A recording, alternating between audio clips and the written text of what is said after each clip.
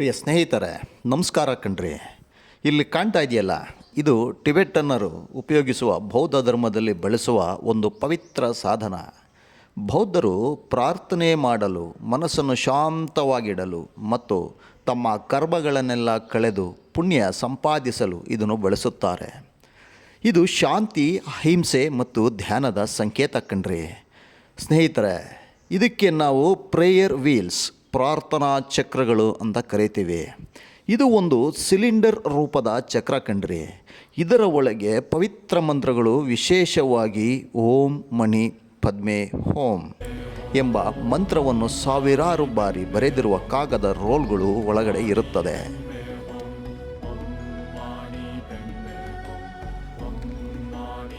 ಸ್ನೇಹಿತರೆ, ಈ prayer wheels ಬಳಸುವುದಾದರೂ ಹೇಗೆ ಅನ್ನೋದನ್ನು ನೋಡೋಣ.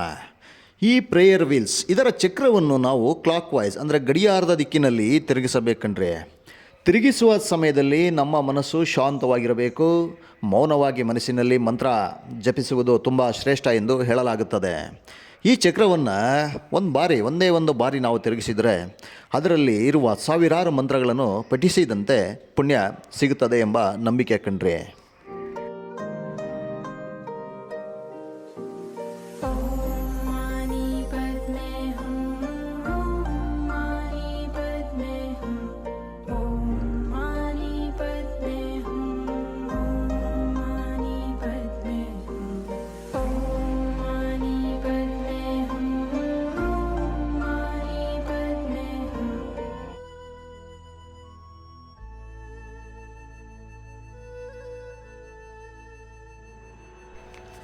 ಸ್ನೇಹಿತರೆ, ಈ ಪ್ರಾರ್ಥನಾ ಚಕ್ರಗಳು ವಿವಿಧ ಬಗೆಗಳಲ್ಲಿ ಇರ್ತವೆ. ಒಂದೊಂದೇ ನೋಡ್ತಾ ಹೋಗೋಣ. ಹಸ್ತಚಕ್ರ, ಹ್ಯಾಂಡ್ ಪ್ರೇಯರ್ ವೀಲ್ಸ್, ಇದನ್ನು ನಾವು ಕೈಯಲ್ಲಿ ಹಿಡಿದು ತಿರುಗಿಸುವುದು. ಟೆಂಪಲ್ ವೀಲ್ಸ್, ದೇವಸ್ಥಾನದ ಚಕ್ರಗಳು.